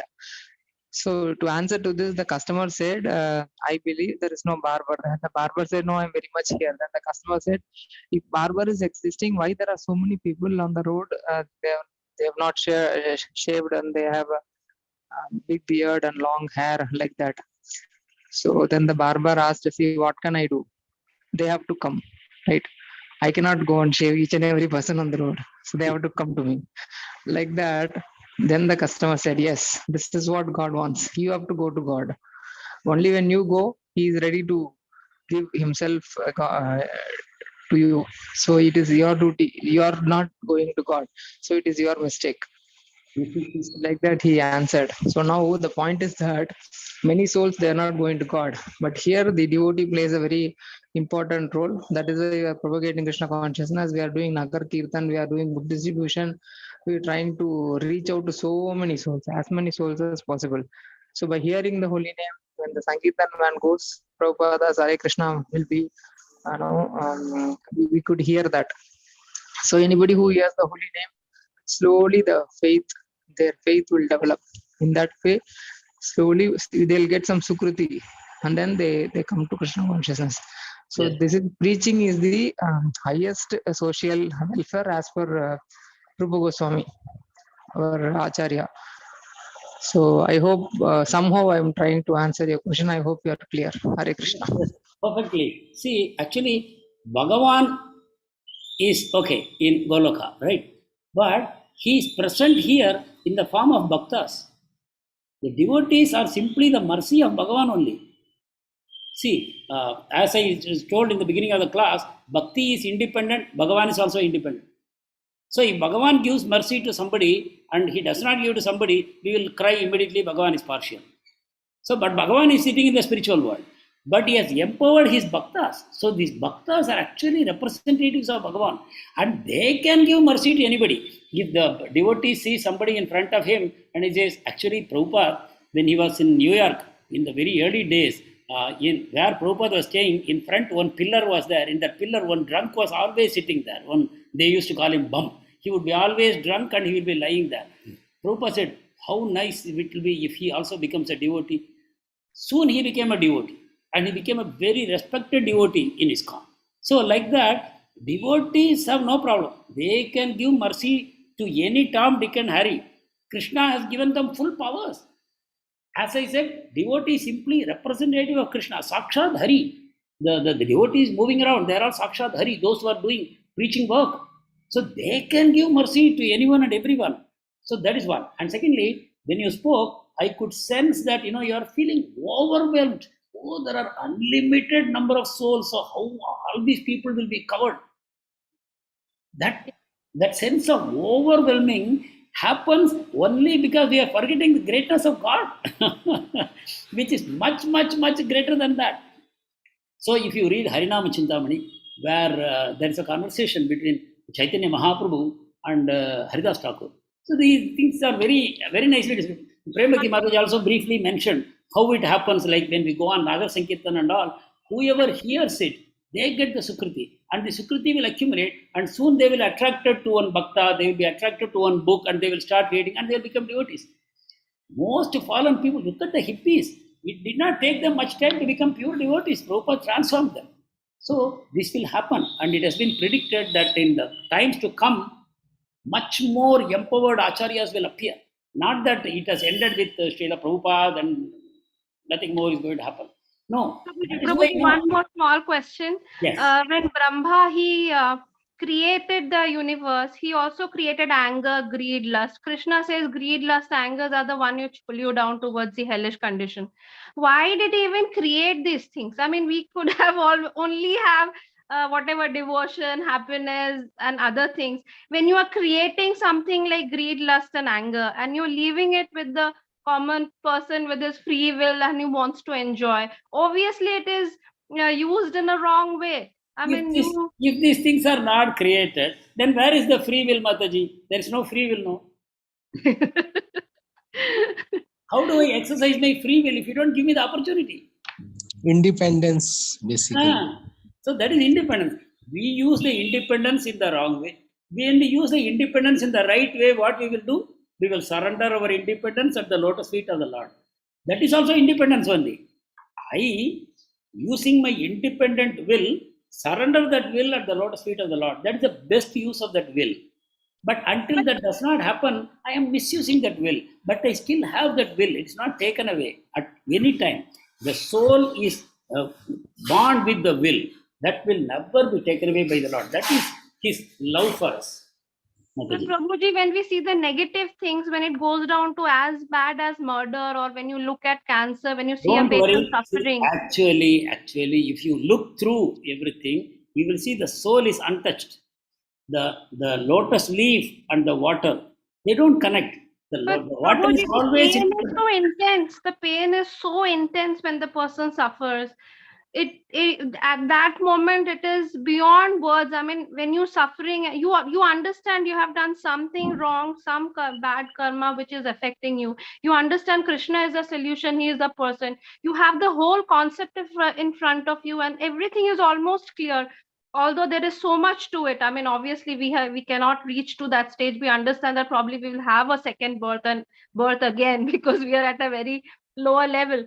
But still, when you feel the suffering, it becomes too intense at times. So yeah, actually, Mataji, the solution to that problem is we should focus on purifying ourselves.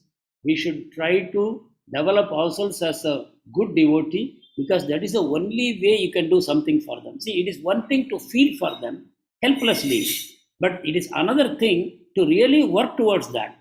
Even though you may see that I am only a small individual, but imagine what kind of work Srila Prabhupada could do as a 70-year-old man. So Prabhupada said there is only one moon, but there are millions of stars. But that one moon is shedding enough light for the earth, but all the stars are not giving that light. So it's not a matter of numbers. If you have a powerful soul, they can transform the whole world. So out of our compassion, we should not become lost. You know what happened to Jada Bharat? He was so much anxious about the deer, he gave up his spiritual life. So that mistake we should never do. We should always believe that the Lord has a plan for everyone. yes. And the Lord's plan is perfect. You know, Jesus Christ, what did he say? Lord, let thy will be done, because your will is perfect. My will says, I don't want to be crucified, Jesus Christ. My will says, but actually Christians will not talk about all these things, because see, in the beginning they used to say Christ is the messenger of God, but suddenly down the road they made Jesus as God only. Earlier Christ was God, Jesus was the begotten Son, but now Jesus has somehow become God only. So they are so confused. They are afraid of losing the followers, so they make all these adjustments within the same Bible only. But actually, Jesus made this amazing prayer that makes him a true Vaishnava. Prabhupada calls Jesus Christ as a true Vaishnava because he is going to suffer pain. He's afraid of that, and he's praying to his Father. Father, tomorrow they are going to crucify me. That will pain me a lot. I want to be free from that. But still, not my will. Let thy will be done. So that is the consciousness in which you and I should operate. When we go about preaching, when we go about doing the work of God, we should always remember that I am simply executing his work. I am only an instrument. So we should not become overwhelmed. He has a plan. I, as an instrument, I will do what I have to do, but not to be overwhelmed. But the one thing that we should definitely do on the basis of whatever you spoke, we should try to become really pure devotees. That is when you become empowered. When Chaitanya Mahaprabhu went on his South India tour, he simply glanced at people and they became empowered, pure devotees. And they went and glanced at others. They became pure devotees. Whole villages were transformed like that. It was a whirlwind tour of Chaitanya Mahaprabhu. Such a thing can happen even today. What we have to do? We should focus on purifying ourselves as pure devotees. That is the best thing possible. Everything in the hands of Krishna. We are not worried. It is in the best possible hands, is it not? Yes, Prabhuji, absolutely. Thank you so much. Thanks a lot. Thank you. Hare Krishna, Hare Prabhuji. Krishna. Prabhuji, Yes, yes. Hare Krishna, Prabhuji. Hare Krishna. Even Prabhuji, our ancestor souls, we pray during Sharad period, not to serve them food, water, everything, so that the to like our ancestors, Yes. because they are also souls and Yes. like that only. Yeah. Yeah, we do, but there are multiple dimensions to that. Ji. Most important is that we have to remember we are indebted. When you take birth in this world in a human form, you develop 5 kinds of debt. These 5 kinds of debts must be discharged properly in this lifetime. Otherwise, your debt will increase. Next birth you take, you will have more debts to repay. You are taking birth to repay the debt, but when you are going, you are taking more debts than what you have repaid. This is what is happening to all of us.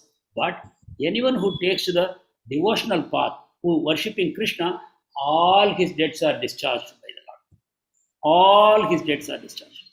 If you take the singular path of bhakti to the Supreme Lord. So Lord has got so many arrangements for us. He says, no need for all these things. If you are doing bhakti to me, your debts to the ancestors, to the rishis, to the devatas, to the other living entities, everything I discharge for you, don't worry. You go ahead and do bhakti only. So that way. Ji Prabhuji. Hare Krishna. Hare Krishna. Hare Krishna. Yes. Prabhuji, Yes, Mataji.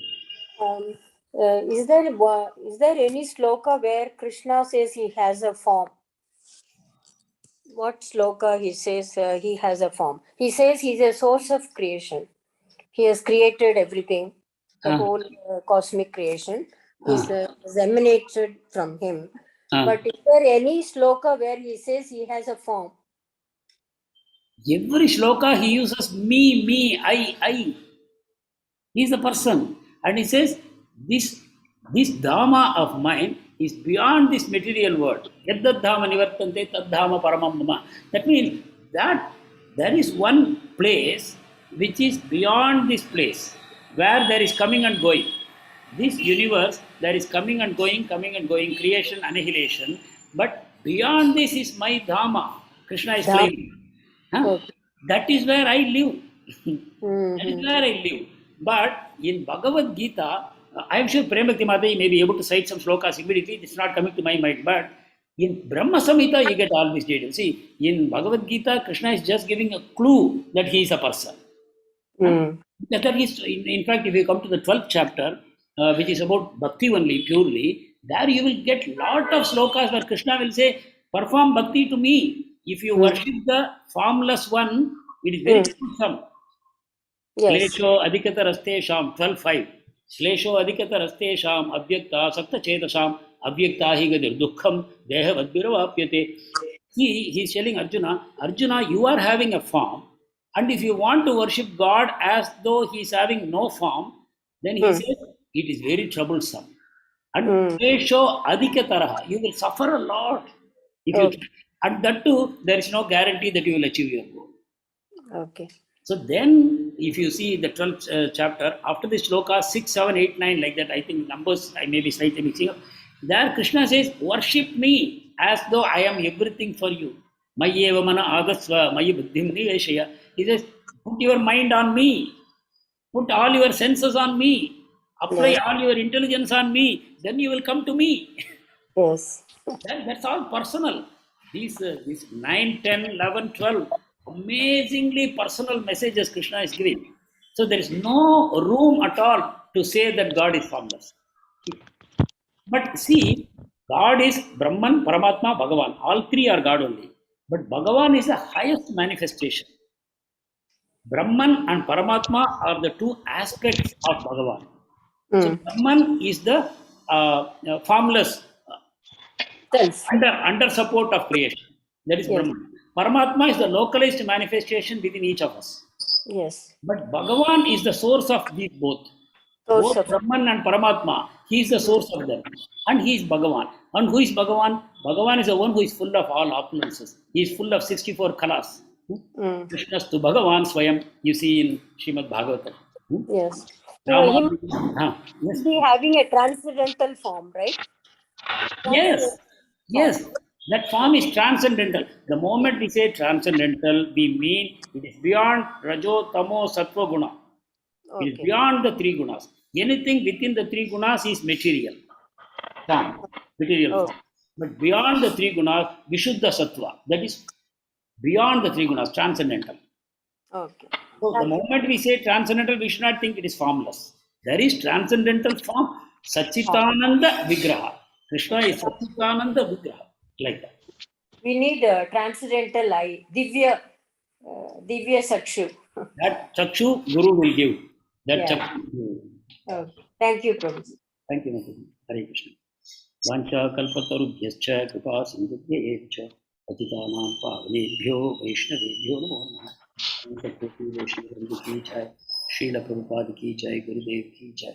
Hare Krishna. Oh, we really went over the top today. Hare Krishna. Hare Krishna. Hare Krishna. Hare Krishna, Prabhuji. Dandavat Hare Prabhuji. Krishna. Hare Krishna, Prabhuji. Hare Krishna. Mataji. Hare Krishna, Prabhuji. Thank you. Hare Someone Krishna, acknowledging Prabhuji. all that. Thank you.